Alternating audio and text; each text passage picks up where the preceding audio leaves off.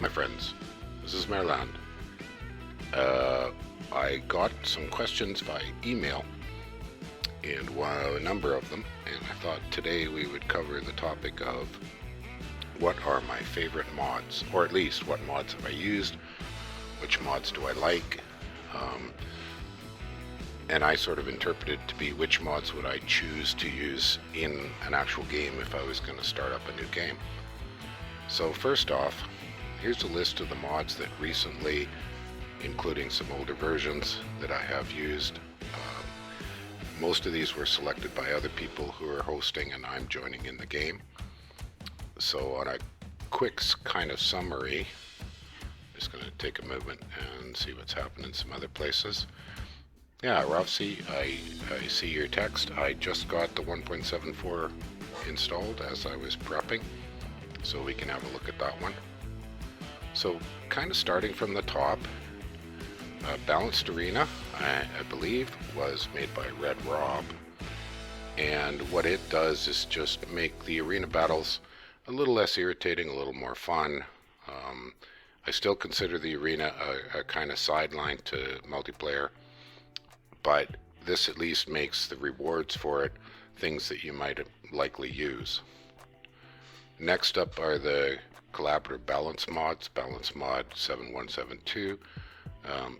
Zonk from the Nexus and Steam is one of the leads who handles this one. This I would consider a mild balance mod in that it tweaks things, doesn't make radical changes, it doesn't add a lot of more stuff. Looks like I got better arena too, so do I have anything? Error check. Okay, I don't know which one. I'm not getting much here on who the author is, so I'm not really sure. I'd have to jump back to some other places, and maybe somebody will come along and have some comments on that. But the arena mods are sort of a quality of life improvement mod, is what I would call them. Then next up is the debug mod, various versions.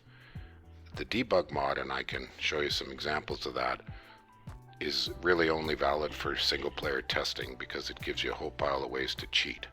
And these ways, not cheat as in to break the game, but cheat as to give yourself too much stuff.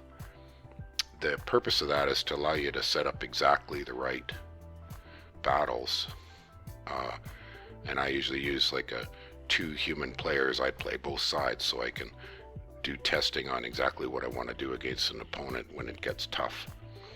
And my version of the debug mod, I did a little bit of customization where I turned off the automatic research so that I can have exactly the research I want. A mod I really enjoy is Dominions Enhanced, which is by Red Rob, and it is a balance mod but also a mod with a lot of extra content, including some cool and interesting nations, lots of extra spells and items, a lot of additions to national spells that only the specific nation can cast. I find it a very fun mod to play, but it does add a lot of stuff which makes it a little tough for beginners. Next up is the Omniscience mod. This is a mod, I believe, written by Lucid Tactics. It has a specific purpose. It allows... I might stop you right there. Sure, Sorry, go ahead, jump back. Lucid Tactics did not make the mod. Oh, he didn't? Who did? Was it... I'm not sure who made it. I know he has used it. Yeah, he's used it. Was it...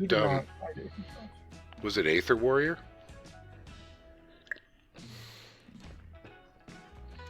You're not sure who the author is? Yeah, I'm not sure who the author Oh, is. it's Aether. Aether Nomad. It's right here in the mod. So big shout out there. The author of Omniscience is Aether Nomad. It's always nice when they put their name in here. Good, thanks for the correction. It was a very valid correction. Anyways, the Omniscience mod is for, I guess you'd call it a game master who is not actually competing, has one fort and can sit there and watch everything in the game, and the purpose is usually so that they can record the whole game for YouTube. Improved casting is by Lucid, and it's his efforts to make the AI use less of the dumb spells. It's a nice mod. It seems to work fairly well. I don't know all the details of how it works, and but it doesn't significantly impact what a player is going to do, because mostly it applies after your first 5 scripts. Right? Would you agree, Ralph? There is some issues with it in that if you right-click onto the game, it completely removes, like it says it removes all off-script buffing. Yes. Because, there are definitely people who are not so happy with that particular change.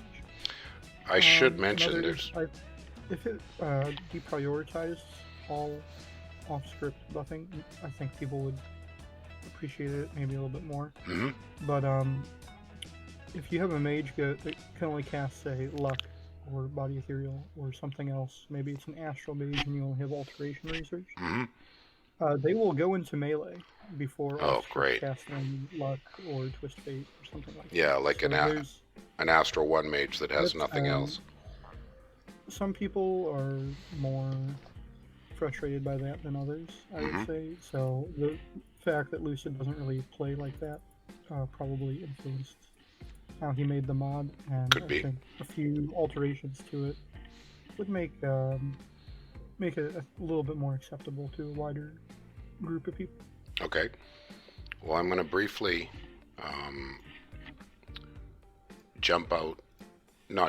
but I'm going to highlight an alternate that I played once.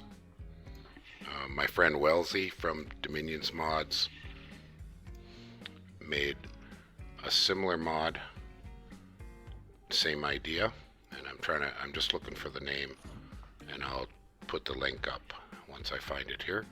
Let me see if I can find it. AI. That's not really working. Anyways, there's an alternate version. I don't know if it's if it's maintained as much, but those are definitely, ideas that some people may want to try. Balance scales. I'm not finding it. Maybe somebody will come along and bring it up. There's a lot of sensible battle. Here it is. I'll throw that into the chat, the link for that one, and I'll throw it in the Discord chat as well. So that's an alternate for something that you might like for changing the AI. I guess the biggest thing about the improved casting is I'm seeing it used quite a lot in games I've joined. Yes, I would agree. It's being used a bit more. Yeah, it is. Especially on Lucid server. Absolutely, on Lucid server, yeah. Make this mod, yeah. So. And then there's Lucid's thematic gem gen. This one's interesting. I have a few balance issues with it, but it is nice to get temporary gems for some of the paths that you can't, and it does reduce the irritation of gem baiting methods. So I've used it in a number of games. I haven't myself chosen to host a game using it, but I've been in games that use it. And I think it could use some feedback and some adjustment. But it's definitely a worthwhile goal. Now, Dominion's Enhanced also includes a whole bunch of additional temporary gem generators. And at root, providing temporary gems improves micromanagement by you have to do an awful lot less of clicking to move gems around for battle. So hopefully, anybody who has experienced that understands that that's just a net game. Oh, I have Sensible Battle actually on here, but an older version. So I have played with it as well, but that's a couple years ago now. You got any mods you'd recommend, Ralphsy? I primarily play either vanilla with Worthy Heroes, which we have not talked about, and We'll get there, yeah. Arena, vanilla just plain, or DE. Those are mainly what I would play. I'm really quite fond of DE. I just don't really recommend it for new players because it's just more stuff, and at least play a game or two of vanilla before you add more things you got to figure out. Because the game's got enough crap in it. I'm going to talk about I would agree with that. I do also have a pretty sizable list of mods because I don't clear out my folders like you do. Mm-hmm. But actually, I lost a hard drive. Well, that would explain it. Yeah, that's why my mod list is small. But if you're looking for modded games, there are basically custom mods that are often, well, not often, but sometimes made for specific game types. Mm-hmm. Like Aleph or All-Stars game, mm-hmm. or in addition to that, a Nat Gen game. Those are custom mods that are made for the games themselves. But that's a little bit different, I think, from general use mods, which is mostly what we see here. Another mod that you don't have on there, which is semi-commonly played, I would say, is Hellenica. Yeah. I do not play personally, but it's definitely something that people are enjoy and are interested in. From what I've heard, Hellenica is even bigger than Dominions Enhanced for adding more stuff. And that's a lot of people really like that. I'm not sure where it's hosted. Do you know where Hellenica is hosted? I can check real quick. If you had a link, I'd like to link it. I am going to link the JB mod. It's not common on Nexus or Lucid Server or Clockwork, but it's very, very popular on the Ruby Discord. And it's by Jay Brereton. And they use it as their main balance mod all the time.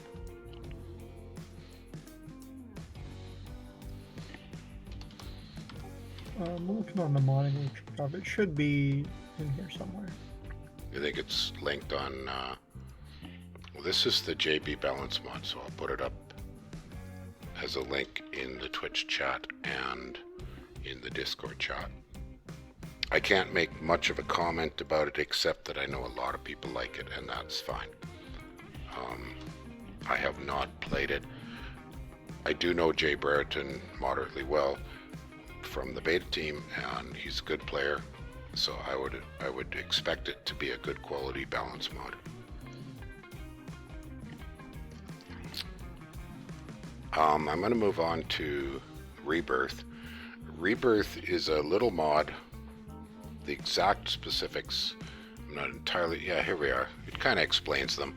Again, it's by Aether Nomad. The Rebirth mod, the purpose of the Rebirth mod is if you're allowing or you have dying Dominion nations... There we go, there's Hellenica. Good. I'm going to also... Oh, it is linked and hosted on Dominions mods. Good. So I'll also toss up Hellenica. So for people who want more stuff, more nations, more cool stuff, Dominions Enhanced and Hellenica are right up top for that kind of thing, if that's what you're looking for. And for the folks that just jumped into Discord, the stream is happening on Twitch at the moment, so we're live. So if you want to talk, feel free. Just beware that you'll be live. Do you have a Twitch link I can join? Yeah. Twitch link is, well, it's Maerlande on Twitch. No. I got you. You got it? Yeah. If I open my Twitch, it mucks up my streaming, so I try to keep it closed. So Rebirth, the purpose of the Rebirth mod is so that if you're having a dying Dominion nation like Ermor or Therados or Late Age Frillier or whatever, it'll put back a few population when your candles get there so that you can actually buy a little bit of province defense. It's not going to make a big difference for gold or whatever. It removes that kind of serious micro pain of trying to hold on to empty provinces. So I quite like having it if you're in a game where there's one of the dying Dominion nations. We talked a little about sensible battle. So basically, improved casting and sensible battle are both trying to do the same thing. They're trying to make the spellcasting AI work better, particularly after your first 5 scripted spells. And then probably the most common mod I ever see used is Worthy Heroes. Worthy Heroes, almost everybody grabs it because all it does is add some more fun heroes, which is not a game-breaking balance issue, it's just a little bit of additional coolness. In addition, it does aid certain nations, which in the True. base game do not have heroes. So Yeah, and I mean, overall just a positive improvement. look at the contribution list. I mean, this has been going on. You know, Quantum Mechanics hasn't participated now for almost 10 years. Holman and Globu left the game a long time ago. Red Rob maintains it and keeps it going. So, I mean, even his link is back to Dom 3 mods, which doesn't exist. It's now Dominions mods. And for anybody who wants mods, to the best of my knowledge, the best list of mods, I'm using best, geez, let's not talk about where that comes from. The largest list of mods is here on Dominions mods. Steam does not make a great place to try to publish mods for a lot of reasons, due to the limits of the forum and the fact that, and if anybody asks, there's very good reasons why the workshop, Illwinter, did not integrate the workshop for mods. And the most important one is you can change your mod during a game to fix problems. That's a huge problem if you're getting the mod from the workshop. There's other reasons, but that's a big one. So that kind of sums up my favorites. We've kind of added Rovsi's favorites. I have a couple I could Good. address as well. There is a mod for single player mostly called the what's it called? AI No Recruit. The AI No Recruit. That one's excellent. Let me link that one. Yeah, it reduces the number of non-national recruitments. Absolutely. So it makes the AI armies more cohesive, and because national recruits are usually better than independent recruits, it kind of makes them slightly stronger as well. Yeah. In addition, this is not super commonly played, but it is a very large mod, is the Legendary mod. Oh, yes, of course. Executors. Made by Executor. Yes. Good one. Okay, I'll link both of those. Here's a live link to the AI No Recruit.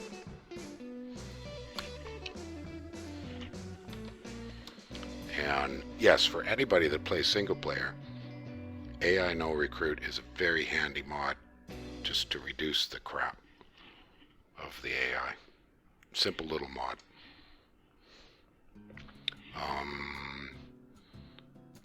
Now, let me see what I've got for links. I've got Legendary. I'm in that server, so let me go there. Somewhere or other. There we are. The mod link.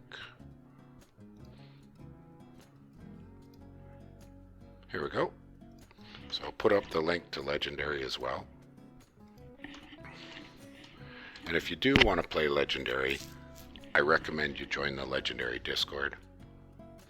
That Discord is, I believe, easily found here on the Nexus, up in the Community Nexus section, it's up above. So I won't link that. And Executor's a great guy. He's a very, very talented modder and a very, very talented map maker and a very good player. We've been friends for a very long time. One of the guys that I've played with for 12 years. If you don't mind making a couple of last remarks before I quiet down a little bit. Go ahead. I would say there was one other thing I was gonna bring up. Oh yes, the Warhammer mod is still in the works. I think there's a couple of different versions of that going around. You mean that? But I know that that's the Amalgamated Nations? Yeah. I'm not sure exactly what situation they're all in. I believe there's several of them. There's a Warhammer Complete version, but I'm not sure how up to date it is. I think there's a couple different people working on it in different versions right now. But I know that some people are interested in Warhammer universe, and they wonder if there's a Warhammer mod, and it does actually exist, so you can look into that. Additionally, just let me jump in on the Warhammer. Somber noted on the 11th that he's now doing his Dominions 5 update for his Warhammer Dark Elves. So he's still slowly converting all the old Warhammer mods. I wasn't going to spend a lot of time on nation mods, but a nation pack is a good idea. So let me see what I can find for links. Mod packs. Okay, here we go. Oh, and you mentioned Nation Gem, so I will toss up a link to Nation Gen. Nation Gen is awfully advanced in terms of just all the things it can do, so it's a bit of a tricky thing for newer players. You're going to want some help. Oh, a couple of links here from the text chat. Dom Civilizations. I don't know that one. Friendly Psychopath. Can you provide a link? Because I don't recognize that mod.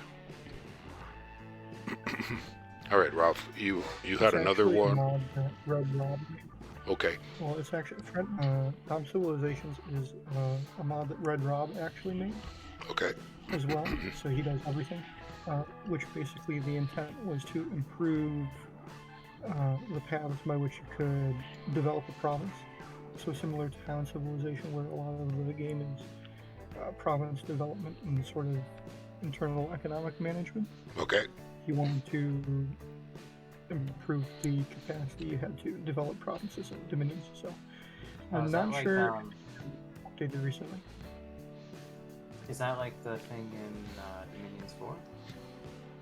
Is that what it's trying to do? No, I know there's a link to it on Steam, because I checked the modding section and it was brought up there just recently. If you find a link, yeah, go for it. You could spend multiple sessions on streaming covering nation mods. I'm going to skip that part beyond saying go to Dominions mods. You'll find dozens of nations if you want to try new things. They gave you a Dom Civ. Nice. Let me jump out there. I'm switching a lot of windows. I have dual monitor, but yeah, you kind of have to cross-reference. Yeah. Oh, there we go. Perfect.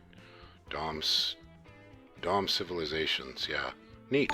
It's a very awkward name, but yes. Oh, just got a new follower. Thank you. Soma David. Or Soma Davidi. Take your pick on how to pronounce that one. Thanks, guys. Glad you dropped by.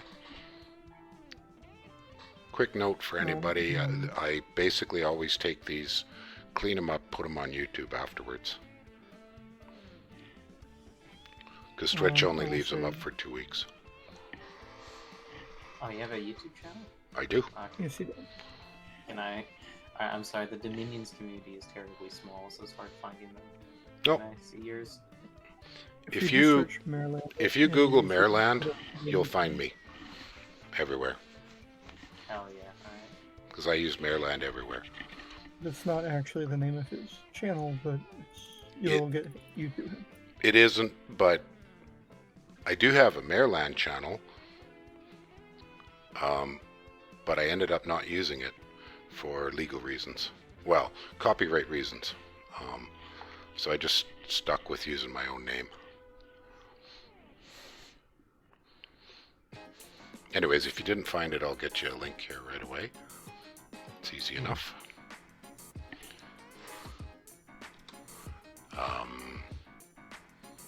One of these days I gotta have a notepad thing with all these handy links available all the time. So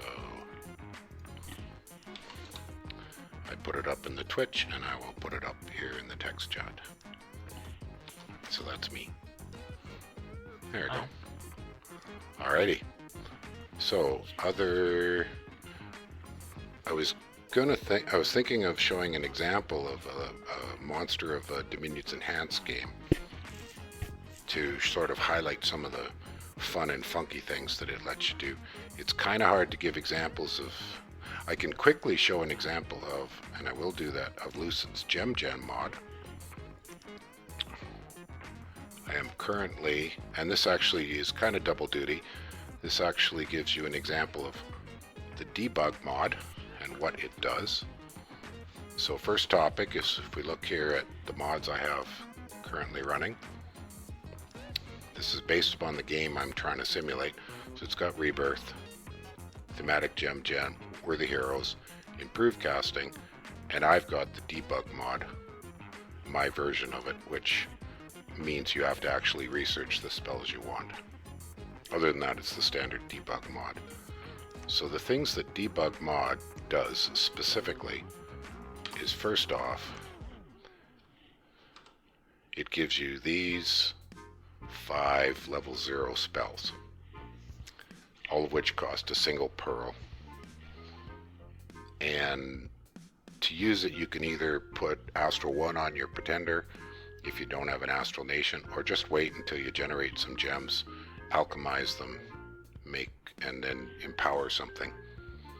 So you've got a Gift of Reason for 1 pearl.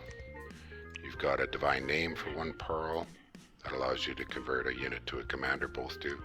You've got a Wish for 1 pearl. This is how you make your gold and gems, particularly, so that you've got them to do whatever testing you want to do. So the 2 wishes I usually use in debug are gold and gems, period. Simple enough. You've got this crazy guy, and you don't want to use these in battle because they disturb whatever you're trying to test by being way too powerful. But I'll show you them. And then you've got this simple Eyes of God spell for a pearl. So all of these just provide you with almost like a game master level ability to influence the game without distorting battles. And this is a debug sensei.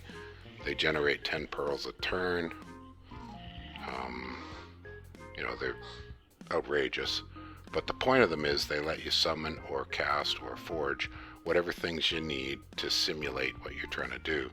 So if you look here at my lab, I'm only making the things that are applicable to the game I'm in as Femoria, so that then I can put together the same exact guys I want to use.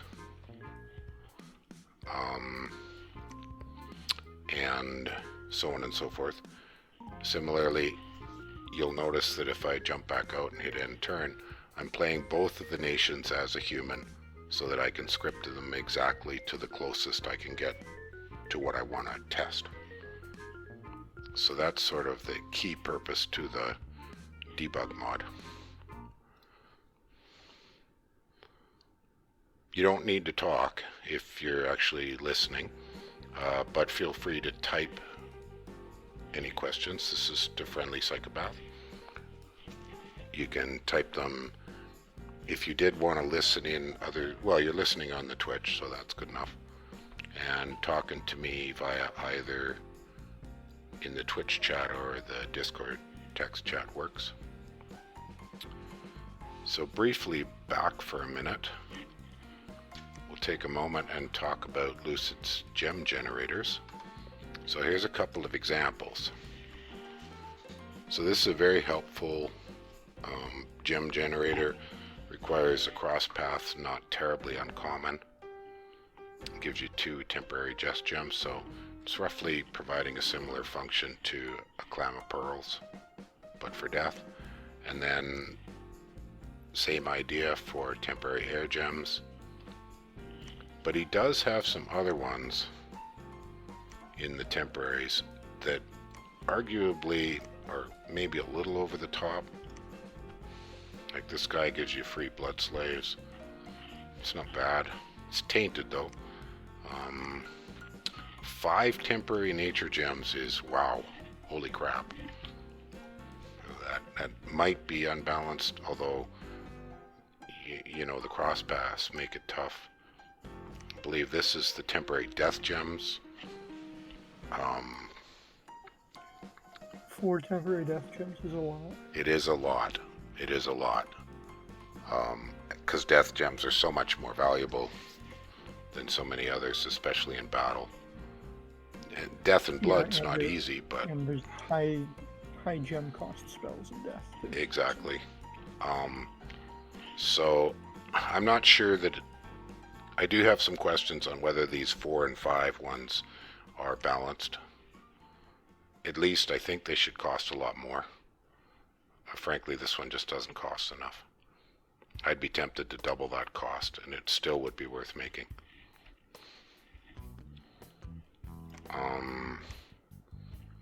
This one, no, that's the old classic.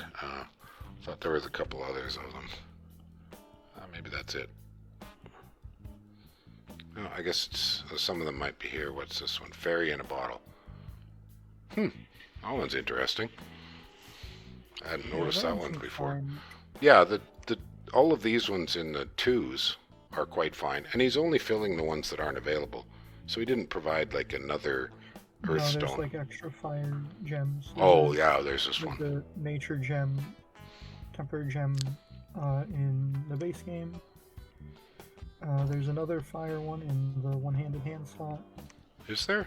Oh, so he really did provide a lot of them. This one? That one. No. Oh, 3. Not 3, so you can stack up to 6. Oh, that gets a little crazy. Yeah. I think 2 went a little bit too far with that one. Yeah, but again, I the purpose is very valid, which is to reduce the micro of trying to move gems all the time. And it reduces the impact of gem baiting as well, right. which is fun. Well, a lot of people are requesting that they did do a patch to make gem baiting less irritating, because now you got to work harder. Well, one of the issues is I believe that foul vapors still, if you cast it with a low enough level mage, still does not trigger gem usage. But if you lower the bar down to gem usage triggered by Nature 2 Water 1 casting foul vapors, then it opens up gem baiting to a much wider field of spells as well. Yeah. So I would think that the solution would be to just make foul vapors harder to cast, but that would be an Elwinter decision. Well, any balance mod could mod foul vapors to be harder to cast. Yeah, that's something within balancing. That's a very common balance change. Yeah. I mean, there are some, if you want to change root mechanics, modders can't particularly do that. Such as AI stuff, like how the calculation is for when an army uses gems. We need to go ask Ilwinter for help on those ones. Oh, and if I might go ahead. contribute something as well, I would say if you have played the game and you think it's fun and you're like, okay, how do I mod? Modding in this game is very, very approachable. You don't need any particular skills. If you can type in, a couple lines of words into a text file, you can mod the game, and it's just that simple.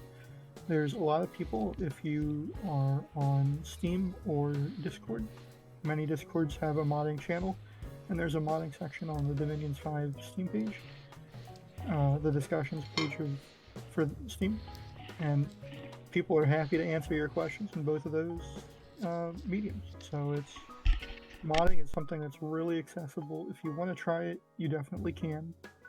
You shouldn't worry about it being too hard or anything like that.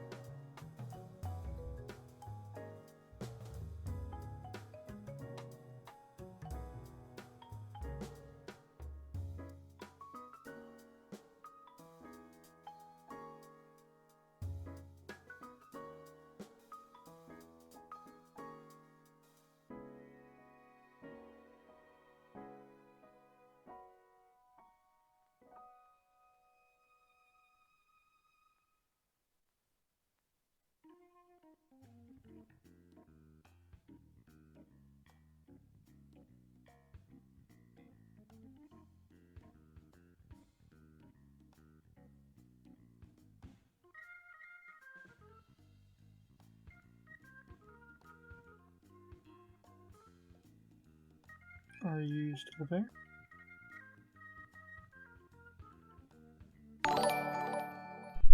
I'm sorry. I muted myself briefly. I'm back. I was getting a coffee. Alright, I thought it was an issue with my audio for a second. No. I pushed my mic button off on my headset just because I was drinking a coffee.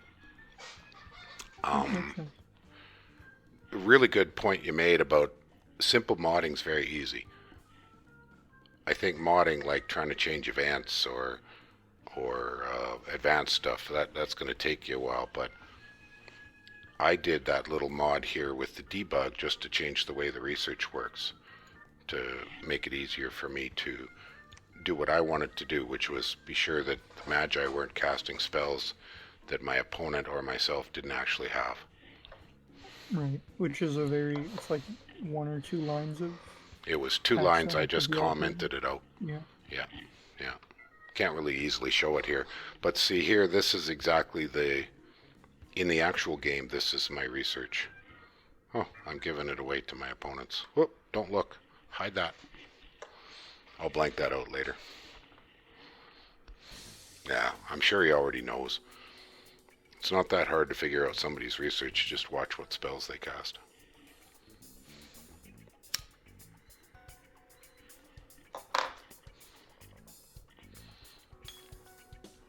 So anybody on Twitch or in the chat wants to bring up any other mods they want to talk about? Otherwise I will jump out. Actually, I will probably do that now. I will jump out. I was going to bring up one last mod. This Sure. is more like a joke mod or a fun mod. The clown mod? Called Dominion's Magic Explodes. Oh, Magic Explodes. Yeah, okay. Yes, where it makes every spell easier to cast, both in terms of research level, what level the mage needs to be to cast it. Also, it makes all of them scale harder. Some of them do fun new things. Mm-hmm. The gem costs go down on everything, so it's not a very serious mod, but it's a very fun one. Who made it? Because of all the crazy things you can do. That was created by, I believe, Not Lola has done some work on it. I believe you're right. Some other people. Yeah, and was Blokes involved or something? Anyways, I mean... Yes, I think he was. Yeah. So, I've not tried it. It doesn't interest me a lot. Just because more is not always better in my view. but that doesn't mean that others wouldn't enjoy it. So feel free to give it a shot. I can't really show you anything about it, but what I can do for purposes of streaming is show some stuff on things you can do with Dominions Enhanced. This game's over. We decided to give it up. It had reached 3 players had gone AI, the rest of the players were getting exhausted, and we just kind of went, enough already. So, right, this is the gigantic super battle. But some examples of things that DE does is, this is Nazca.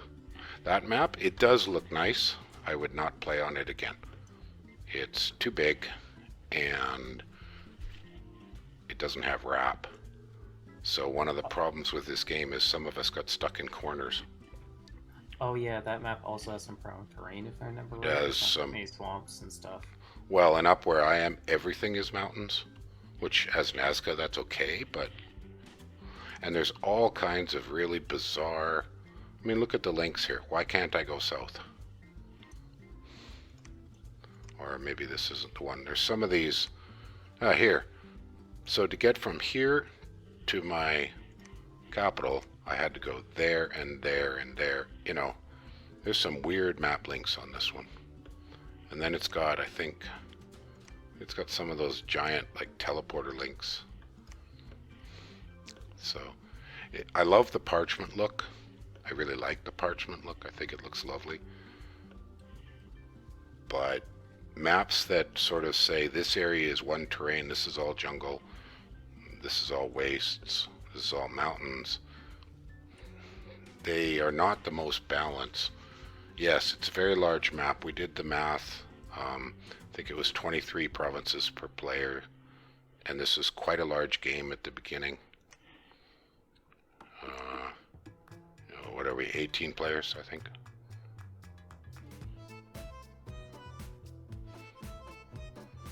$16 players, but yeah, it is a Warhammer based map. But maps that have zones that are all one terrain make balance really difficult. There has been some examples in the past where they were themed maps with specified nations, so nations got in their own terrain. That's not so bad, that's kind of interesting. But if you're, say, Agartha, and you get stuck here in the middle of a forest, that's not a very good start. No, this isn't forest, this is all caves and mountains. My mic is pretty low. I can't do much more about it. I'm on max, and I don't want it too much closer to my face. When I move this over to YouTube, I do some audio editing to fix that. But at this point in time, there's not much more I can do about the audio. This is just a comment on Twitch that my audio is pretty low. But I believe the audio from me and from Rovsy is fairly balanced. Can you talk for a sec, Rovsy? Sure, I don't mind doing that. Yeah, so on my level meter, you and I are both hitting about minus 20 decibels, which isn't massive, but because I can balance, I can shift my balance so that you and I are balanced, like people talking to other people, but I can't increase mine anymore because I'm at maximum gain. So to increase it, I have to go into my audio editor when I go to edit this to go to YouTube.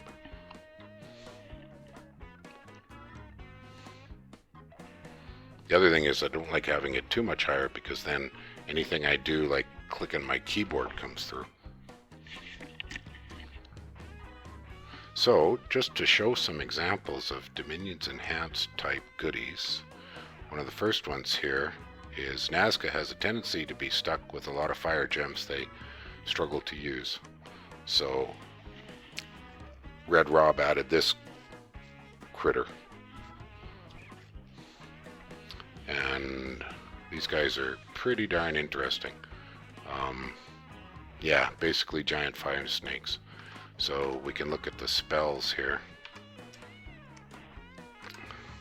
So they're here, they're 3 gems each. You pretty much need a bit of luck and or a booster. It's going to take you quite a while to collect them. You know, I've been at this for many turns with multiple magi, creating these guys.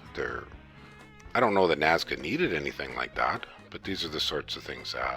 The other thing in DE, Red Rob did a lot of this sort of thing. So these are additional uniques. You can only one person can have them, so whoever gets them first. They are a little like elemental royalty, but you can see they're significantly lower on the research level at only 5. They're usually some kind of not common cross path. The gem cost is moderate, and they're not as powerful, but they're an interesting addition. Rob also has things like you can get your own fire dragons. Just some examples of things in DE that are fun and interesting. He also adds quite a lot of things like additional, maybe those are under Earth, magma warriors. You know, he adds things like this, additional battle summons. I don't think the Ram is a gem generator, but he might be. Here. We'll have a look at this in the mod inspector. For anybody who doesn't know, if you want to use the mod inspector with the mod, you can choose the preloaded mods, or you can pick any mod from your own mod folder. So I will load in Dominions Enhanced. And then we can have a look. So we'll take a look. The question was that solar ram, right? So let's find that guy. So we'll spells, solar. The solar ram, I believe, generates a fire gem. Okay. If I remember correctly. 1 or 2. Yeah, cool. There you go. So he generates 1 fire gem. And fire astral pass, so the pass match the pass to cast. It's good. It's not amazing, but it's a good unit. Very minimal ability to put gear on, so not going to be a great thug.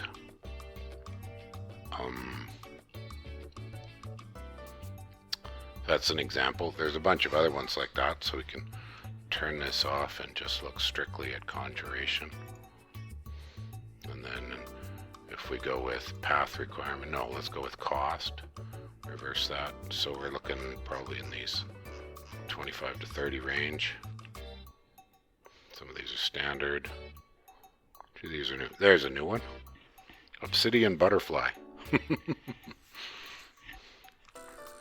Well, all kinds of neat things. And of course, you know, between himself and other people, Rob's got all kinds of nice new sprites. Adds a little bit of interest to the game. And then I'll go back to the actual game. Oh, somebody sent me something. I got 6 hours to finish up a turn. Well, that's plenty. I'll be done the stream by the time that happens. The white stag, yeah, we can take a quick look at the white stag. Why don't we do that?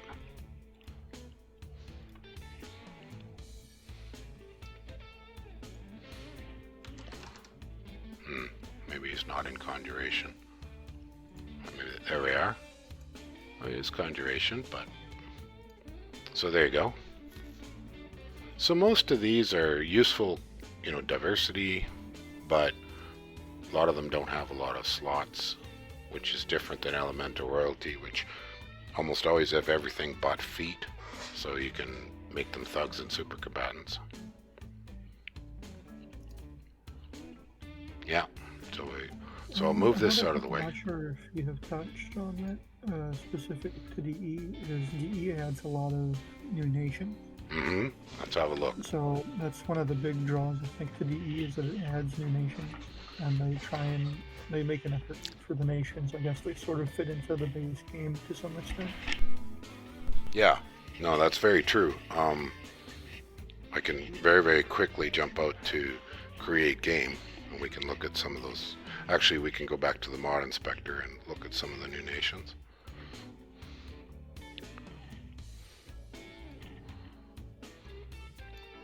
So easiest way is we'll look at units. go to the unit page, and you can look down here. So early age, we've got Bod, Zion, Albion. So there's a lot of them. All of these, everything below Chaco is a DE nation. So we've got Coyotes. Ah, Chaco. Okay, so this is basically North American indigenous.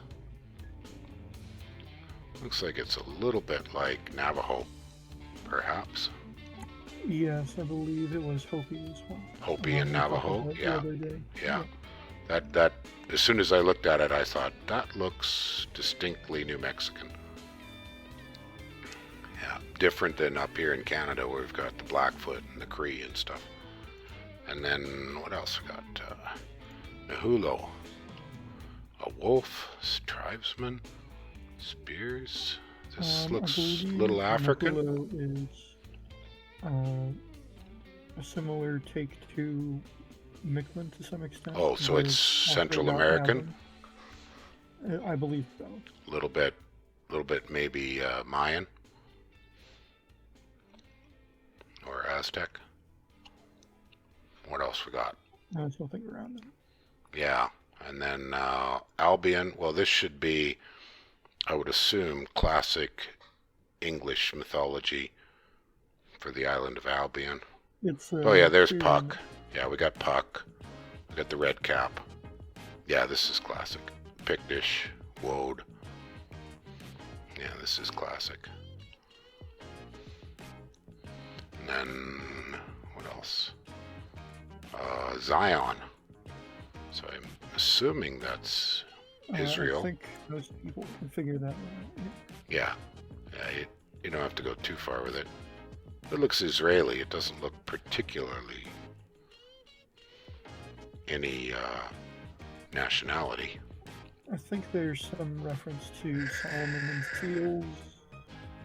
The Seals of Solomon. Yeah, my phone is ringing. I'm gonna have to leave that for a while.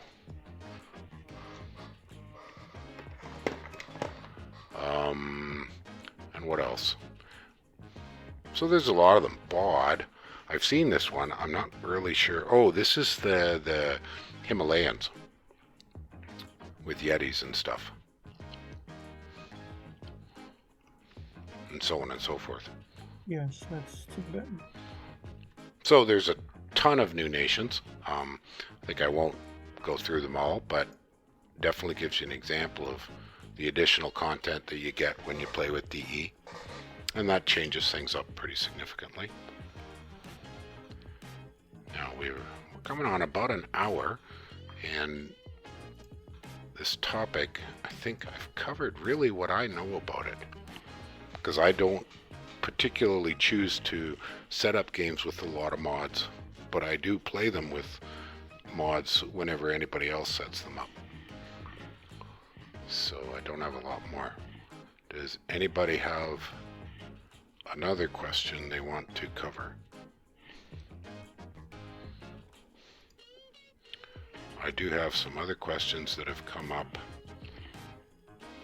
I have to jump out and check my mail. I got some questions came to me by email. So let's have a look-see at some of them. One of them was tactics or scripting or battle tactics. That's, Ravsi and I were talking beforehand, that's a very large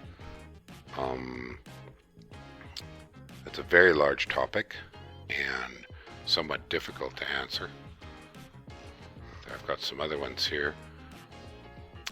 So one of the questions that also came up is a discussion of maps and what works well, what doesn't. So I'm going to exit this. I'm going to go to Create World. I'm going to start with some maps I've played on that just aren't really working for me. And this is one of them. So this map, Floating Archipelago, is extremely good looking,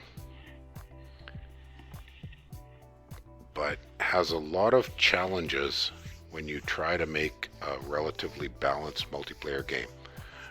One of the problems is it's got that terrain clumping issue, which looks good, makes geographic sense, but is a heck of a challenge when you're trying to play.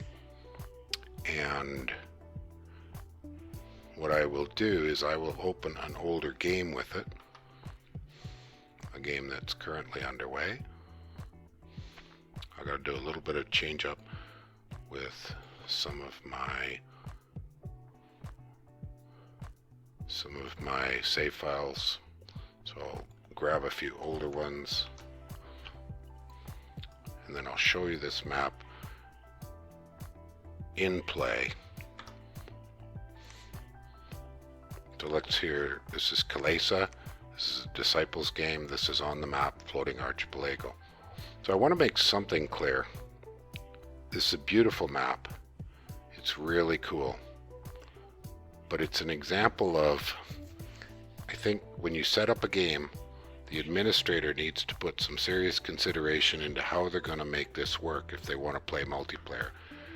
Officially, this is a game for about 12 players. Our game was 12 players, 4 teams in Disciples of 3. Oh, I can't show that. But you can see here, I'm Kalesa, and I am stuck in an area that is almost entirely hills. And then all these little channels funneling movement.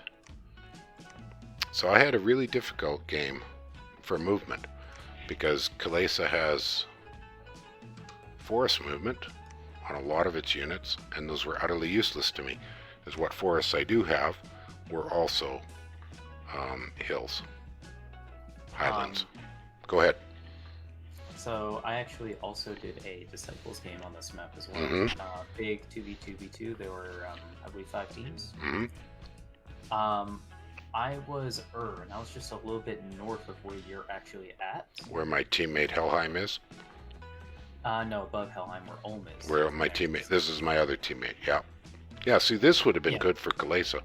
So I started there, and I had to fight Macone. Yeah, this is an early age game, so it's Macone and Atlantis, because Atlantis was in the pond in the bottom right of that area. Mm-hmm. And it was very sad for the Macone player, because I eventually won, and I just basically bottled them in that tiny little island. Yeah. And the only reason why I didn't invade them is because it's just a pain to go through it, so I just front rushed and won. Right. Well, then see, then you get starts that are utterly unfair. Agartha started here. Yeah. In a giant cave network. So every single... Yeah, every single place he got was a cave. Had a player that had the same spot too there. And I ended up fighting Agartha, and as you can imagine, I had to fight in the darkness penalty all the time. Now, luckily, we just happened to spend our spare nature bless point on low light vision. So that did help, but still. Plus, movement was brutal, as I eventually made a, I can open a little bit later turn. But my teammate Ulm made me flying boots, and I made Yaksha thugs flying, which was great within this little area, and utterly useless once I got in the caves because they couldn't fly anymore. So I'm using this as an example of, in my opinion, this would make a neat game with fixed starts dedicated per specific nations as a scenario game, so that you would pick a nation that fit the terrain where it started. The other thing about this game that's really challenging, it's very interesting, are these kind of giant mountaintop magical teleporters. Which is only accessible to heat nations, honestly. Yeah. So if you're like Niflheim and you're surrounded by mountains, which also happened in this. Right, because this is a mountain pass. I think they're all actually mountain passes. A lot of them, yeah. Yeah, the access up is a mountain pass, yeah. Yeah, rough stuff. Like, I know Alden took them because he took the Solar Eagle, so he flew at them. But that's a huge advantage to Calum or cold and flying and things like that. And that's an issue with maps that have a lot of movement restriction. That's a big benefit to any nation that flies.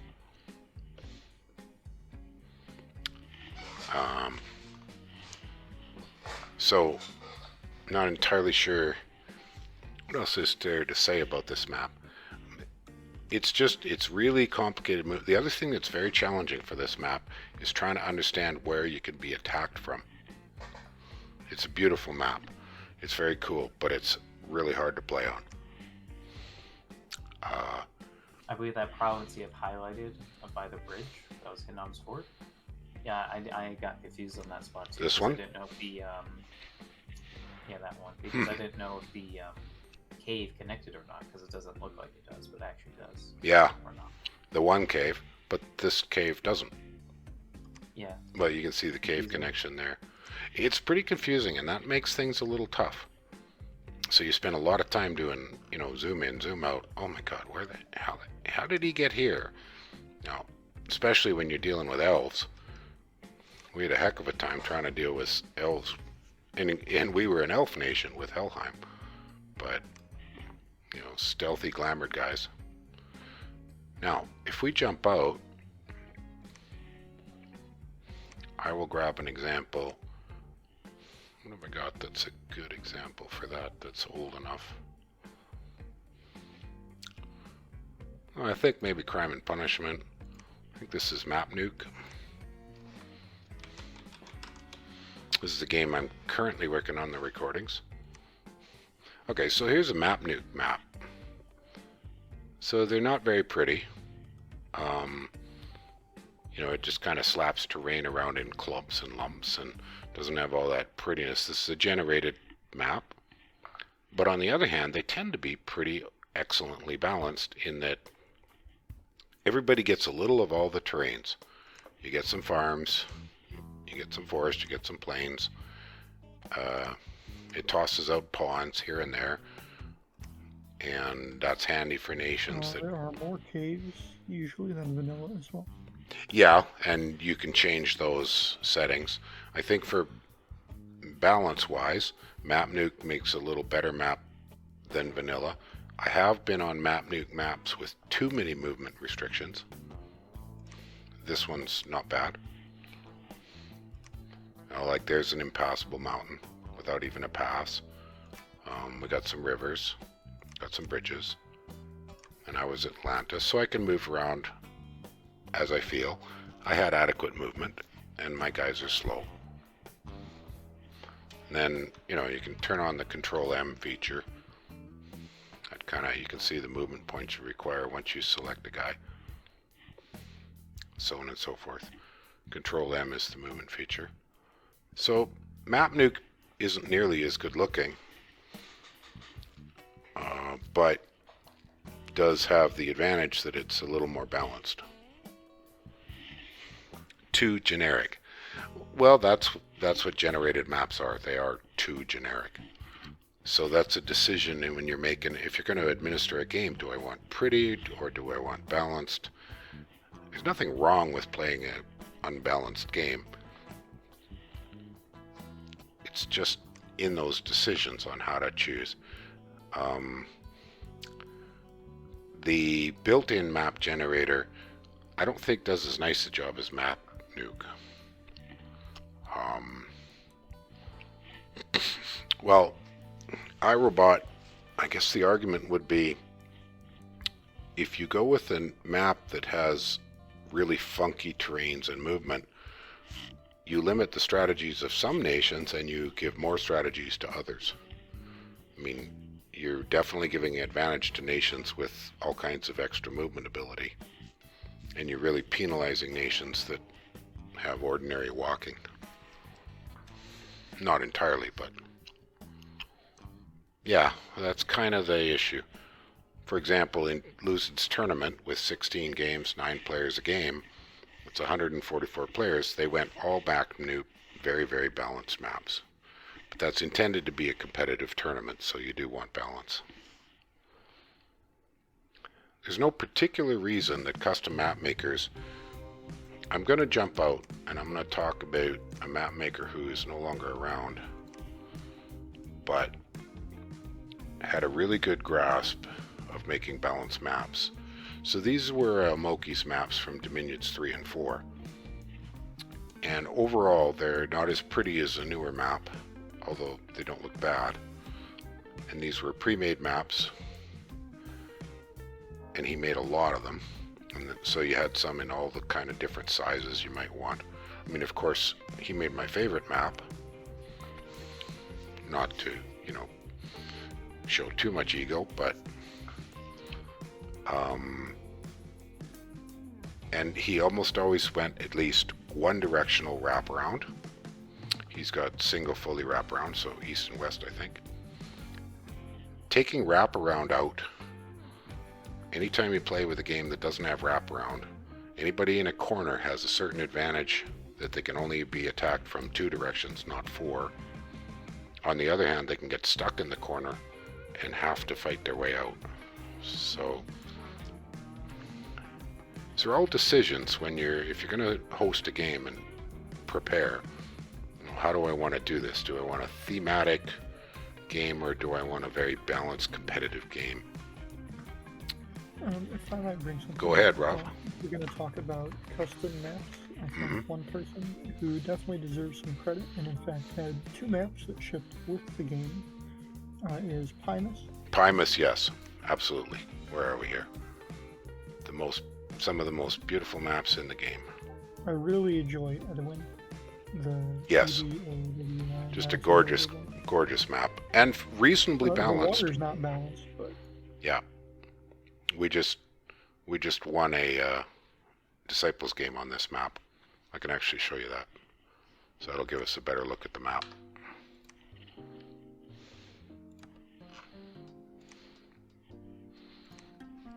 Very pretty map. Oh, that's not it. Sorry, opened the wrong game. You can see that when you YouTube, you end up with a hell of a lot of games. There we are.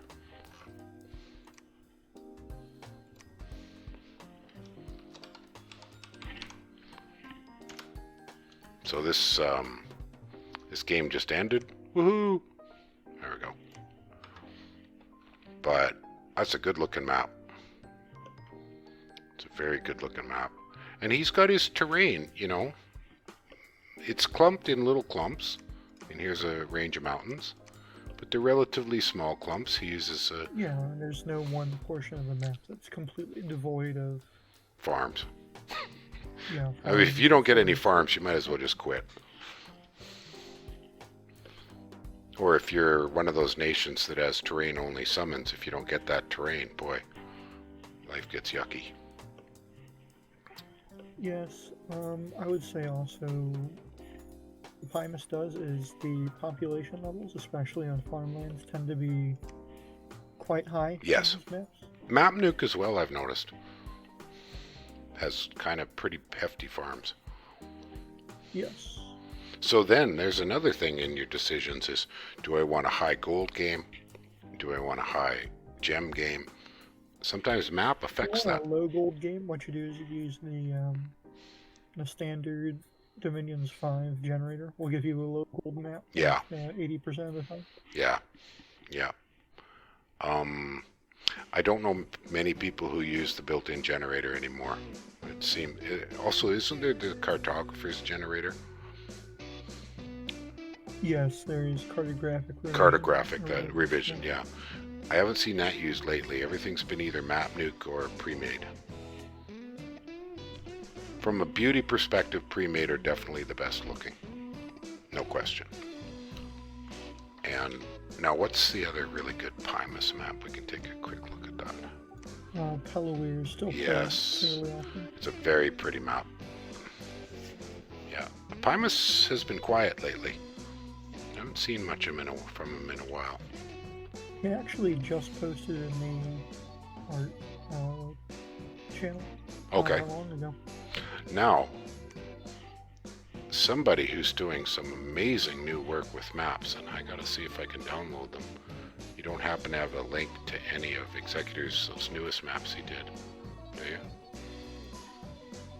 Here we are. There is one really recent. Here we are. I found it.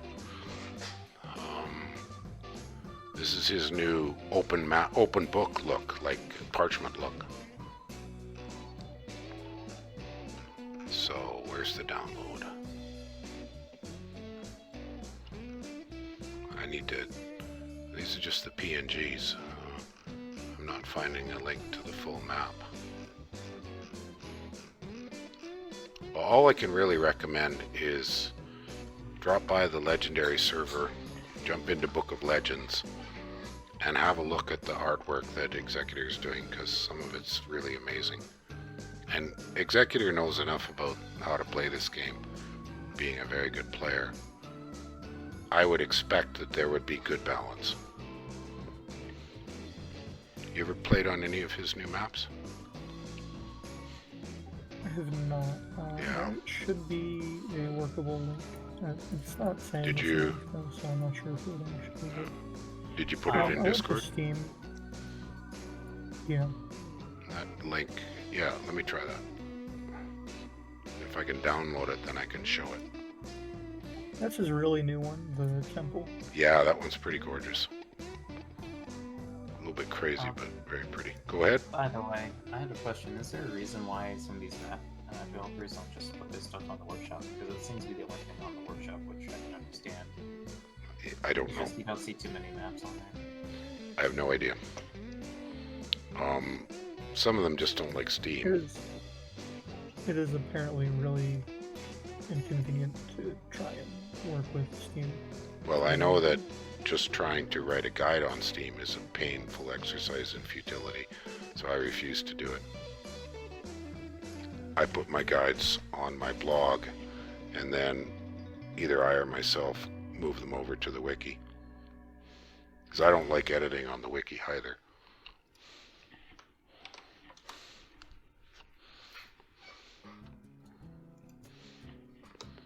No. Oh. Oh, I did get it. I got that temple map. So it's, oh my gosh, 45 megabytes. It's going to be a second. Once I get it, I'll load it up here so we can have a look at it. Looks very pretty.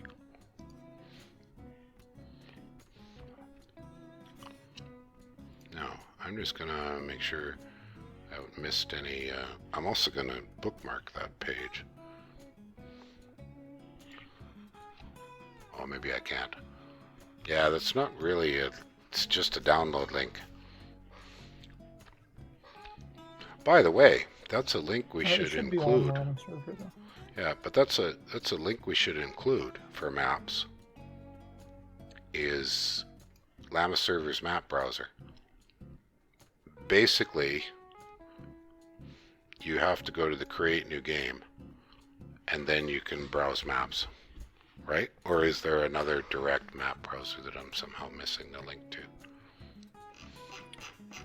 You can edit maps too, and it should take you straight to it. Yes. Oh, right. You go there and click on.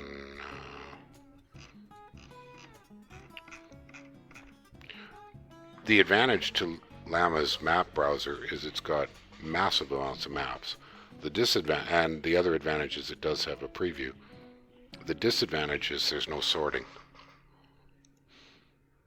So it can take you a little while to find what you're looking for.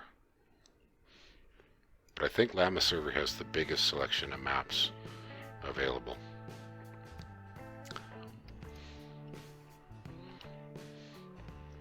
Alright, how's my download doing? There we go. Download's done. So we can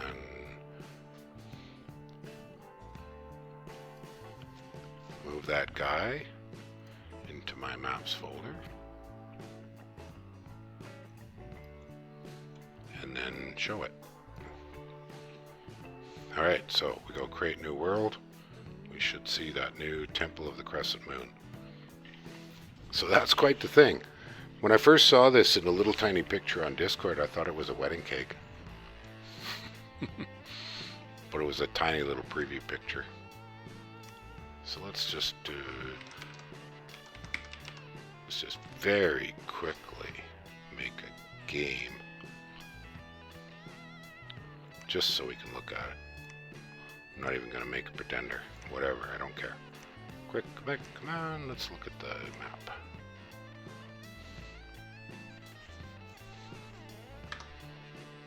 Look at that. That is quite the thing. That is quite the map.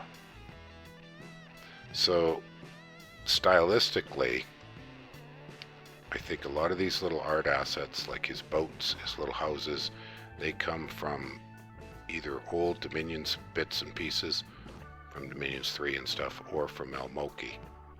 They're a different set of assets. Some are his own assets.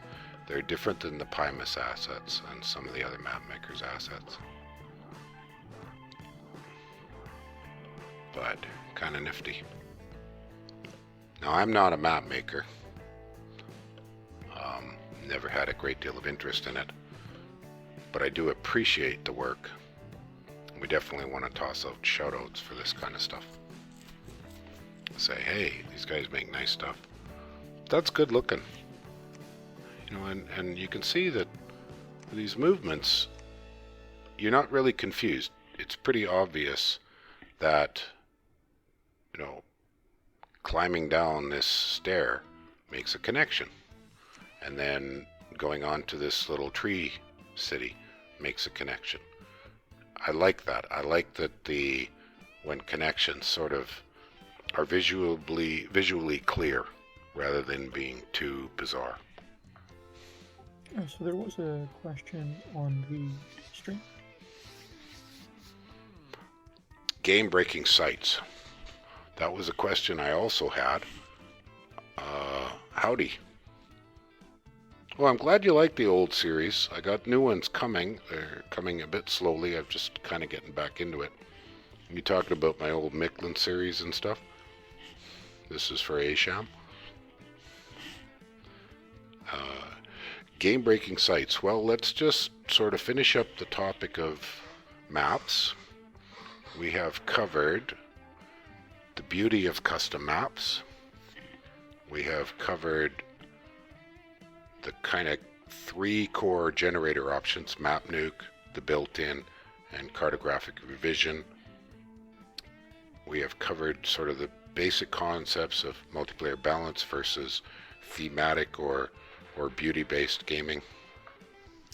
We've got an example of a map that's really challenging for multiplayer, Floating Archipelago, but is very pretty. We've got, I think, now 3 examples of maps that are reasonably balanced and very pretty. This one looks balanced, I can't tell. And anybody got any other map-related basic questions or basic things we haven't covered? I can't quite think of any. On the topic of my current... Oh, go ahead, Rossi. It is fairly easy to make a semi-balanced map using the in-game generator. Right. There are a few tricks you can use. You mean changing settings and stuff? Yes, there is a map generation option in yes. game. And then you would use that. You can change the settings.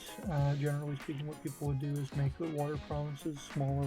Mm-hmm. I tend to turn rivers down a little bit. Mm-hmm. That makes sense. What about mountain passes? An additional thing, I guess, that people don't always realize is that if you get into Map Nuke, you can basically set the... It's very customizable in terms of maps. Like, you can make a custom map in Map Nuke. Do you have a link to Map Nuke? Generate a map. A link for it. Let me see if I can find one. Yeah, it would be good to put up a link to Map Nuke for people that want to try it. The other thing is, I know that Pencils, and for those who know him, he's one of our technical gurus who runs the bot, not the bots, but the servers for the Discord. Pencils has done some stuff on recommended map settings. He runs the map generator from the command line rather than, which I'm not terribly good at. Whoops, I didn't want that. I wanted to exit this. So if we look at the random map creator, you haven't got as many choices for the settings here as I believe you can do if you use it from command line. You have even more settings on command line. And you can generate maps a heck of a lot faster on the command line. So you can batch mode it and make multiple maps until you get one you like. Let me see if I can Google Dominions 5 Map Nuke. Map Nuke. Here we are. I found the link, I think.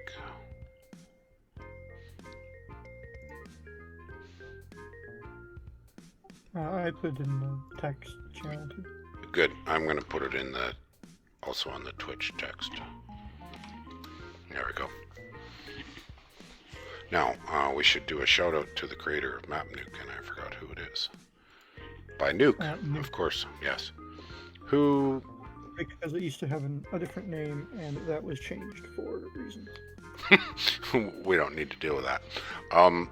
Is he available on Discords if somebody wanted to ask questions? He is fairly active on Discord. Okay, so you should be able to just look up his name if you needed assistance. But there's lots of people who use it all the time. I'm sure that all you gotta do is, all you'd need to do is just ask a question about it. Yeah, and I mean, if you go into the Arts and Maps Yes. channel on this Discord, he is the last person to have posted in there. Oh, there you go. So, yeah. Hours ago, so Oh, there he is. he Yeah, is perfect. Pretty active. Yeah, no problem. So yeah, if you need help with art and maps, there you go. It's not a channel I drop into too often. I'm not much of an artist. Yeah, Pybus is actually in there too. He was commissioned to make a picture for... It's actually pretty nice looking for somebody. Mm-hmm. Actually, I shouldn't say I'm not a very good artist. I'm not an artist by training, but I was pretty good at making physical sculpture or artistic woodwork, but I'm a hands-on kind of guy, not a painter. I never learned to draw. I learned to draft, but not draw. They're not the same thing. Alright, so I think that's... I think we've covered maps, eh? For maps. Alright, so let's go to this question by iRobot. Game-breaking sites. Well, they're not as bad as they used to be. And different nations That doesn't belong here. different sites to a different amount, and there's a distinction as well between pop types and what mages that gives you access to, and magic sites. Very much so. Yes, those are very different things. So we'll go to the mod inspector, because I can't really demonstrate that in a game very well. Go to sites. One site that's exceptionally valuable is the steel ovens.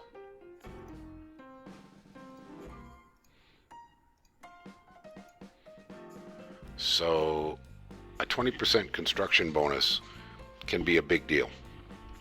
However, this is a level 0 site, so you don't have to search for it. It shows up. If you get it, you get it. If you don't, you don't. And that's a site I know that has a pretty serious effect on the game.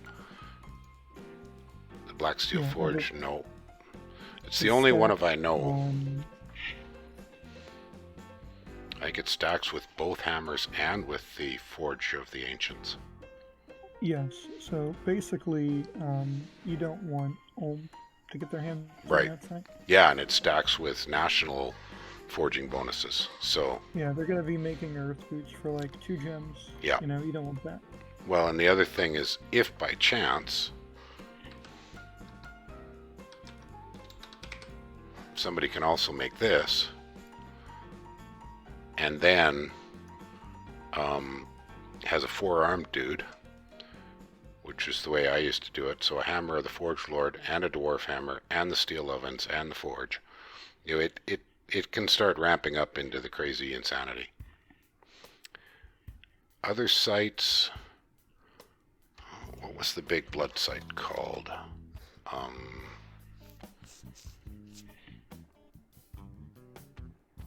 Gosh, can't remember the name of it, but there's a very large blood discount site. All paths, all scales. Well, we'll just go to blood for a second and see if I can find it. I'm drawing Mount Chaining. So 30% blood bonus. That's pretty massive. There's one with Go ahead. There's one with blood and conjuration discount bonus. Really? Wow. So Mount Chaining. There's several with 30%. Yeah, but the other 30%, not a lot of them are quite as dominant as blood. Because... No, I mean there's 2 other 30% blood sites. Oh, okay. Purple and the Blood Rock. Okay, so those are pretty large in terms of magic sites that have a significant effect on the game. I don't know if they're game breaking, but if you find them, it's going to change your strategy. Somebody in one of my games said that they had a fortune teller, I believe. So the fortune teller told them about a conjuration cheaper month, and then they also had a conjuration cheaper site. Nice. So they double stacked the bonuses and got like 3 or 4 elemental royalty and well of misery all on like the same month. Wow. So basically, I would say that if we look, say, for why am I not seeing more? Do I have something? Oh, I've got blood on Hall Pass. So these are all the conjuration bonus sites. So all of these are valuable. Conjuration is probably the most generally valuable bonus site other than construction. Well, blood, conjuration, and construction, 20%. There's the 15 and 20. Enchantment is good too. Enchantment's very good, especially for a Death Nation. But I know that alteration... Everything but alteration and thaumaturgy, really. Yeah, because one thing about bonus sites is they're not very helpful for globals because they only affect the base cost. That's true. And what usually matters for globals is your overcast cost. Yeah. Alteration is probably useful for Mother Oak or something since you're... There's a few. Yeah. Yeah. But I don't find these as 30%, 20%. They're gonna be significant, and there's a lot of them. So they're gonna have, what do we got here? So there's a double conjuration and enchantment. That's a pretty nice site. Rarity is 5, but it's a level 0, so it'll show up on the map even if you don't search. So all of these level 0s are basically gonna just appear. You'll notice there's very little. There's no level 4s, and the highest are level 3s. So, Ultimate Gateway, 40% conjuration bonus. Whoa. I don't think I've ever seen that one. Thing about sites like this is the whole thing about them is it's basically just luck based. Well, there's so many sites. We should talk about how sites are generated. When a game starts, when the Fatherland file is created on the server, all sites are generated. So they actually are in the game as of turn 1. So they're pre-generated, and then you find them. There are some sites that can spread via events. There's event sites. Particularly, that is correct. I think it's the Throne of Winter. Yes. Creates cold scale sites. And some modders are using that to create sites. But I'm talking about your general sites you're going to search for. And there's so many sites in the game that that the chances of any one site coming up, I mean, if we turn off this and we just look at all sites sorted by ID, we can work our way down. 2,000 different sites. So in a typical game of, say, 300 provinces, you're just not going to see every site in the game by any means. And 300 provinces is a fairly large game. Well, not large, but... So... Alright, I have to use the washroom, so I'll just turn my mic off for a second and just put us on pause.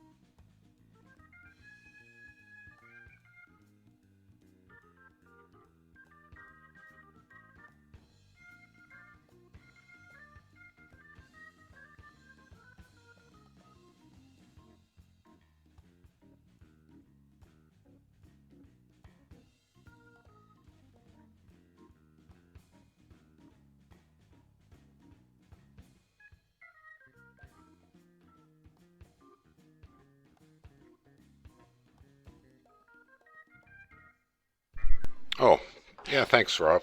Good point. I forgot DE was still loaded, and you're right about the thrones and all that other stuff. And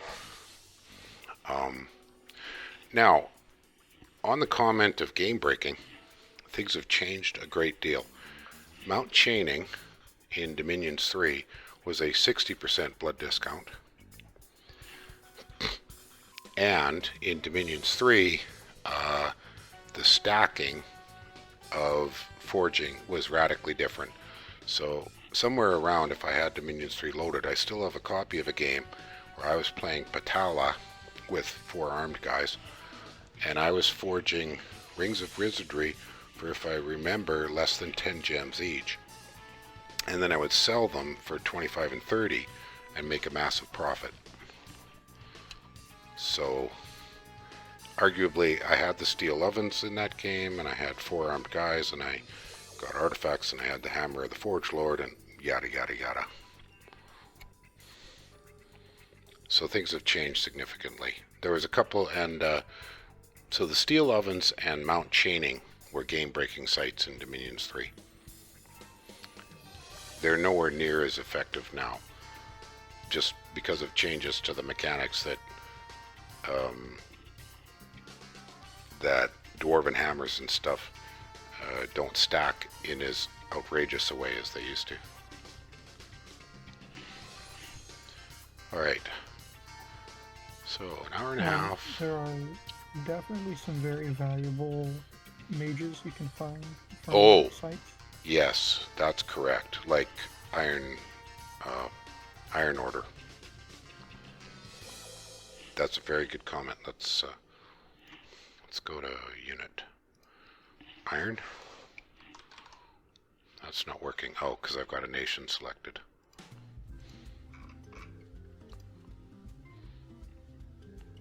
He's not showing up. Why is he not showing up? I know there's a way to... Maybe we have to do it through sites. No, that didn't work. Son of a gun. Got any suggestions on how I can try to... It's an adept of the Iron Order. Adept? Under units? Let's try that.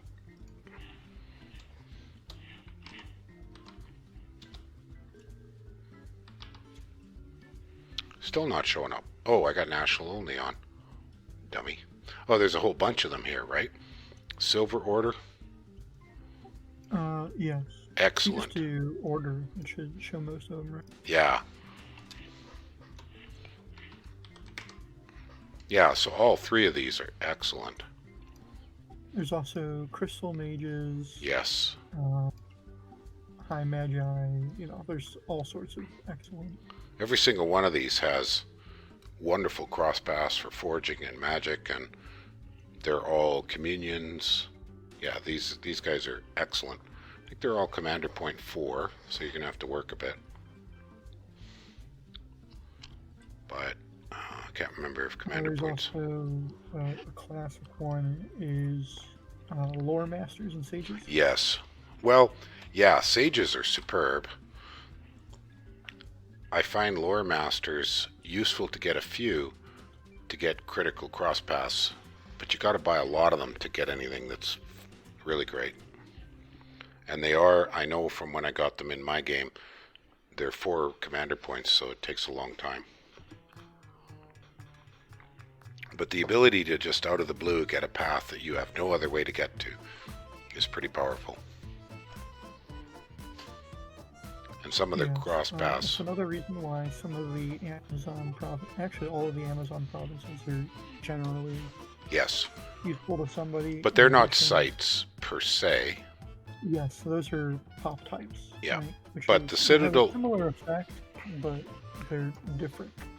The Citadel of the Lore Masters is also just plain a really good site. Yeah, there are some Citadel sites. I got a site in one of my games. I gotta see if I can quickly look it up. Just to find the name.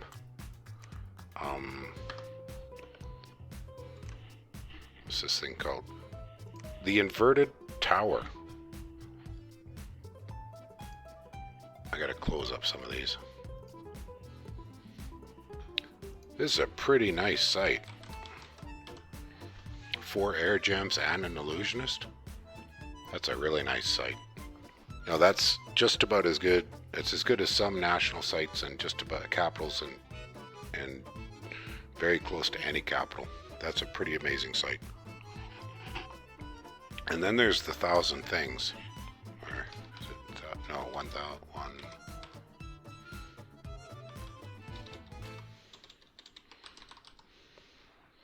10,000 Things. This is a very good site as well. And I got some little bits of text coming at me. Illusionists are excellent. Yeah, there's the Blood Mages. I'm not thinking of any that come from sites. Conjurers. Oh, Conjurers, yeah. Yeah. So. Eludian Mages, I think are run up something. Sorcerers of the Sand, yeah. So there's a lot of different things that sites can do. I'm not really sure that any of them. I don't think any of them are game breaking. Yeah, exactly. Yeah, I don't think any. Some of them are more valuable for different nations. Like I think a really valuable indie to find, as an example, for Maerlande is Lizard Shamans because they don't have nature and they don't have astral. Hey, who dropped by? Hey, Journal. Journal, how's it going, man? Well, we're well into the stream, hour and a half, and we've covered a few different topics. It's been very solid. So, well, getting a path you don't have from some kind of site or a mage or whatever is wonderful, but I wouldn't call it game breaking because it happens all the time. It's so common. I don't think that breaks the game. Let me throw up the screen. Yeah, well, we had first topic was what mods do you like to use, which might you recommend, and that led to different people suggesting mods they like or whatever. I had my kind of favorites. Second topic was from an email question. Both of those from an email question was, what do you say about how do you select a map for multiplayer? So we covered beauty, balance, theme. And then now we're on to a question from the chat, which is, are there any sites that are game breaking? Or what do you think are sites that are game breaking? that is a very, very good one. If you've Are got there some any sites that are game breaking. If you've got some examples, I've got a bunch up on the stream showing them in the Mod Inspector. They're just not something you can show in game unless you happen to have an example. So I brought up the 2 strongest sites I could think of, which are Mountain Chaining and the Steel Ovens. Okay. And then there's this other one that is the 30%. No, there's a 40%. There's a 40% Conjuration, which is pretty wow. But I still don't think any of them. Oh, this I one, would Ultimate say Gateway. I have a favorite site in the game. Go ahead. I need to find the exact name for it. You can give me a piece of the name and I'll try to find it.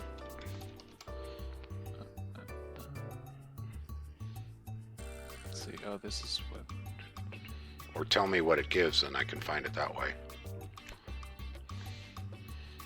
That being said, I found a demon gate in one of my multiplayer games, which is cool. And those are sites that are really fun. Some of the throw a mage at them and they summon something are cool. The one I like the best, I think, is the Free Banes. I don't remember the that name is of a it. huge one. That one's a really good You site. know, a really fun one is the Wormwood Tower, because it gives you one of the rarest, but still strong, recruitable mages, or site mages. Wormwood Tower. Oh, you get the Wormwood Witch. Oh, yeah. Yes.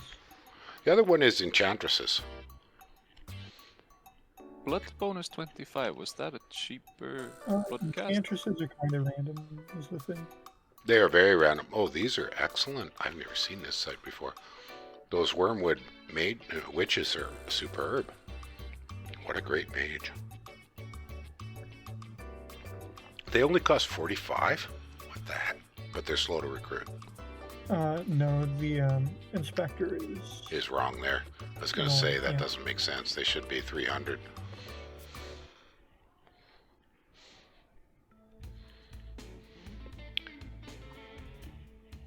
I got to jump back to. Yeah, obviously the gold cost is wrong.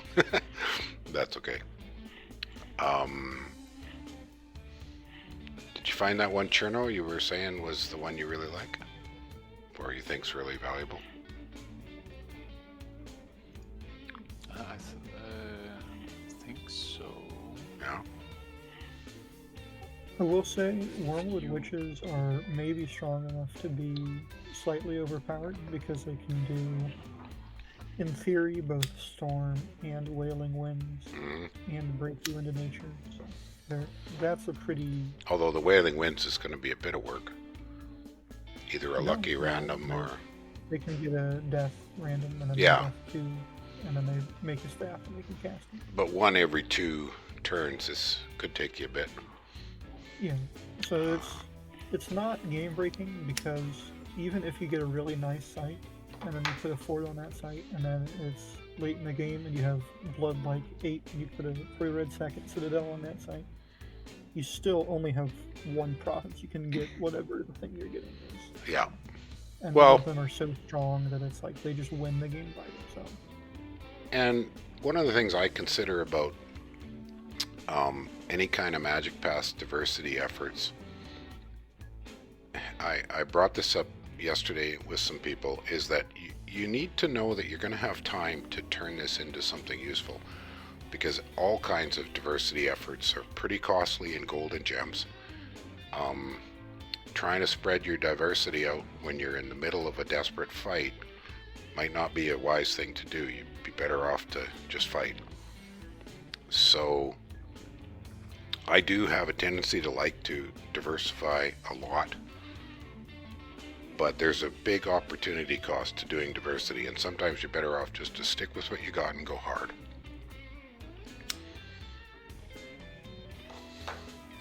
Which is why I would not consider diversity mages to be game winning, simply because There are a few nations that will really need to diversify Yes. to deal with certain threats. Like, I think Middle Age Ulm is a good example of that. Right?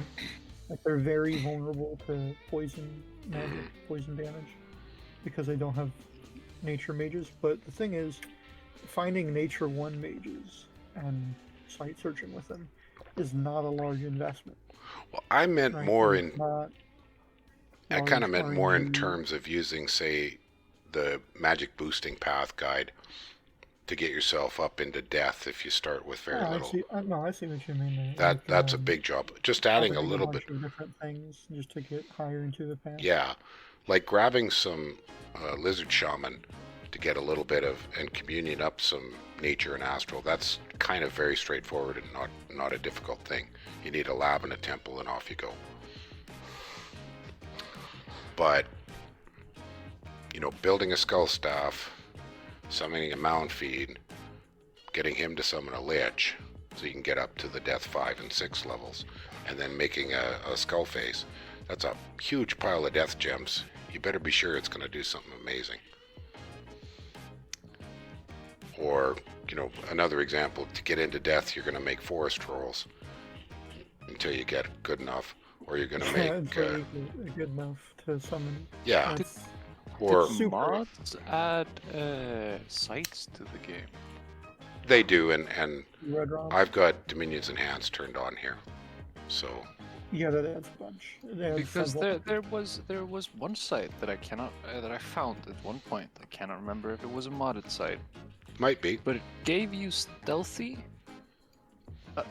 There was a blood site, a rare blood site that gave you access to stealthy blood guys Well, that let's- could assassinate, I think, and increase unrest. I'm not sure if it assassinates actually, but they increase me- unrest. Let me turn on blood sights. I can't seem to find it, but the Here you go. sites. Hall of Zatanai. No, that's a capital site. No. I think you are only displaying ones that give blood income, and I am not sure this one does. I thought this... Oh, So that is almost certainly not a you want this. PC game. Yeah, I don't think so. Never heard of that one. But the sites that give you cheaper blood rituals, and the Mountain of Power Yeah. is one of the reasons why I always site search wastes for blood. Well, that's why I mentioned mount chaining at 30%. Any discount sites are powerful no matter what. I'm just looking down here for... I think the biggest site that you can get that actually changes, that has the potential to 100% change your nation, is just getting a slave market. Yeah, Yeah. Because of the passive. continuous Passive Passive slaves. 3, and suddenly you're into blood. Yeah, that one's It's solid. like you find it in expansion or something, you go about your business, and then it's like turn 20, and you look back and you're like, I can empower somebody in blood. Yeah, and it's a Yes. level 0 site, so you don't even have to look for it. Yeah, and then if you're a communion nation, this is a godsend. So the Ebony Tower here with Sorcerer, that's solid. I'm just looking at these But blood it's nothing more sites. than just solid, I think. Well, it's a diversity thing we were talking about. You know, what does that really mean? Yeah. Okay, here's an assassin from the Assassin Guilds. That's just generic assassins.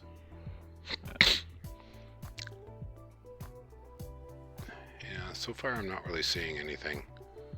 Another assassin, conjurers. A blood mage. What kind of blood mage is that? Just generic. Stained altar. Oh, What Rakshasas. was particular about it? It was that it Oh, was okay. stealthy and it increased unrest. Yeah. Maybe it's not DE. I got a few more to look at. Anyways, if you find it, let me know. I'm gonna. Will do. How likely is it? This is a question in the text chat of Twitch. How likely is it to find a blood mage? Well, one of the most likely is it's the Garnet sorceresses, right? Or one of the blood. Yeah, the fire blood ones are reasonably likely.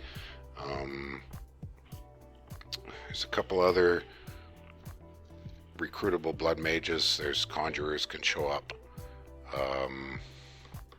It's not terribly likely. I wouldn't say that it's not that common in any games I've played where I've lucked upon blood mages when I wanted them instead of having to do it on my own.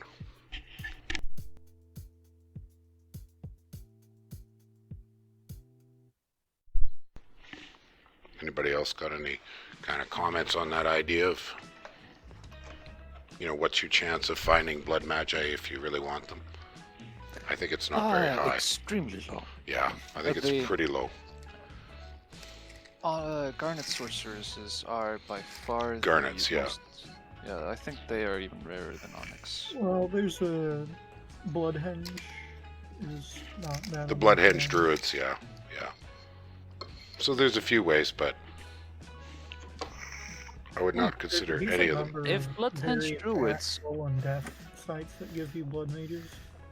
if So you have Bloodhenge actual and death. If Bloodhenge Druids are in the province as independents, does that mean it's more likely that you will be able to get To the the best of, sites for Bloodhenge Druids? to the best of my understanding, those are unrelated issues. The population type is not connected to the random site generator that runs. We're talking about that the random sites are generated when you create the game and are baked into the Fatherland file. And therefore they exist from turn 1, but you just haven't found them. With the exception of there are some sites generated by events as you play. But by far the majority of sites that are available on the map have been there since turn 1. And Oh, just in general. no, because pop types are created by the map file, whereas sites are generated by a random generator that runs when you start the game. The map file is already made, so all the pop types are already set. I believe. No, that's not right either, because the pop types aren't fixed to the map, unless it specifically has something to fix them. So I don't, as far as I know, there's no connection between the pop type randomization, the population type, and the site randomization. I don't believe they have a connection.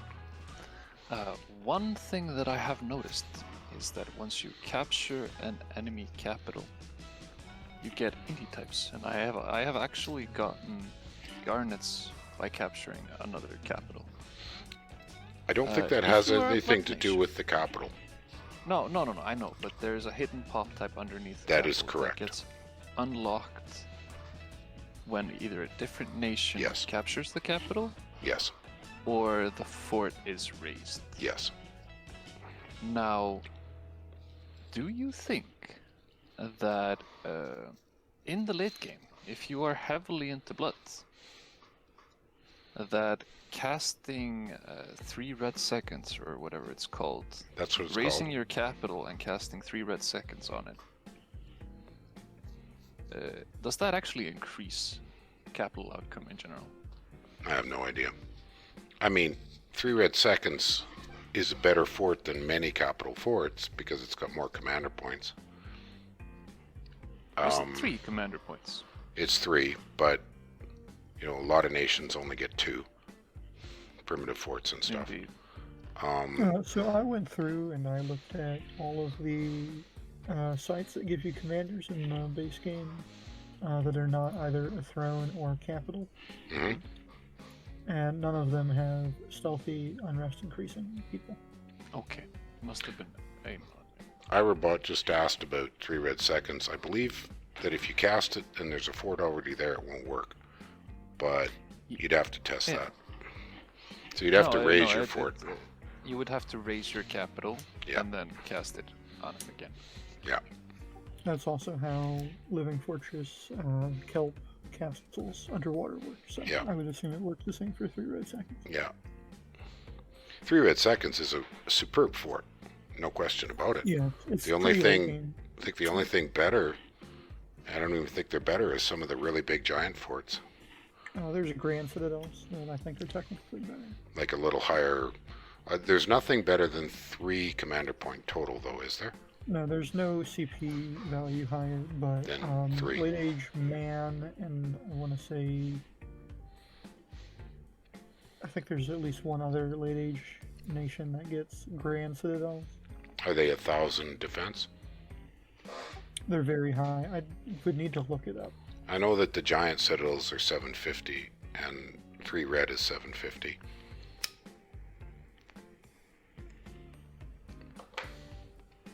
Let me see if I can find it on the wiki. If you do, yeah, that'd be cool. Alright. Well, I think we've kind of done. Not really sure what else we might want to see on the Dominions Inspector. We've done a pretty good job of all 3 of our topics that came up. And it's coming on the 2-hour mark, which I find is big enough to be quite a bit of work to edit to turn into a YouTube, but not so big that it becomes a disaster. So I kind of like to end at the 2-hour mark. Maybe someday I'll stream for longer. I did find the Grand Citadels. Mm-hmm. They do have 1,000 wall strength. That's what I was They're thinking. the same as a giant citadel, apparently. Oh, okay. But they have extra admin, recruitment points, and supplies. Yeah. Cool.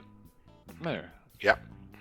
I was wondering, would you be interested, like, I know that you're trying to create YouTube content. Mm-hmm. I saw that, I think it was Sai that made, there was an Abyssia guide that Sai made, yeah. In writing? In Steam, actually. On Steam, okay. Let me send you the link for this. I would love to hear your thoughts on it at some point. Not necessarily today, but it was absolutely amazing to read that. Well, Sai is... Oh, there it is. Sai is very good, no question about it.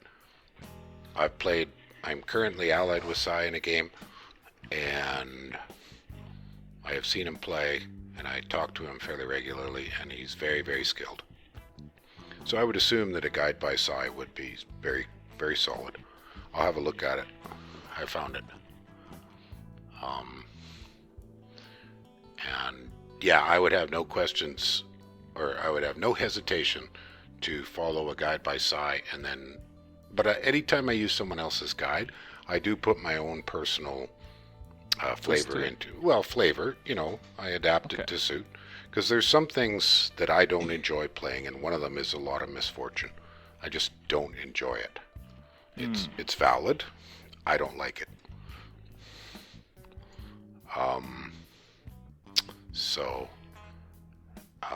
Anyways, cool.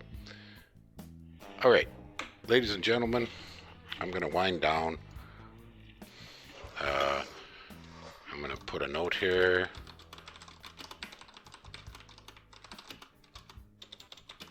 That this will go up on YouTube, and I will make sure that I mention in the description that Cherno and Rossi were my two big voice contributors, and people can see the text contributions. If by chance, if you see any time points to mark, let me know. It's nice to have in the description some of the time stops to say, hey, you know, you want to see this, you want to see that.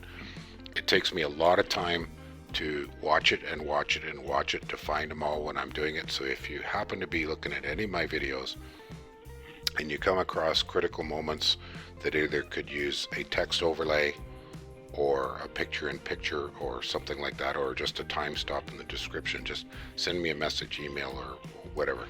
All right. Yeah, and that would help really me a great deal. convenient. Because one of the last ones I did with Lucid took me 12 hours to edit, or more like 16, because there were just so many little things I had to clean up.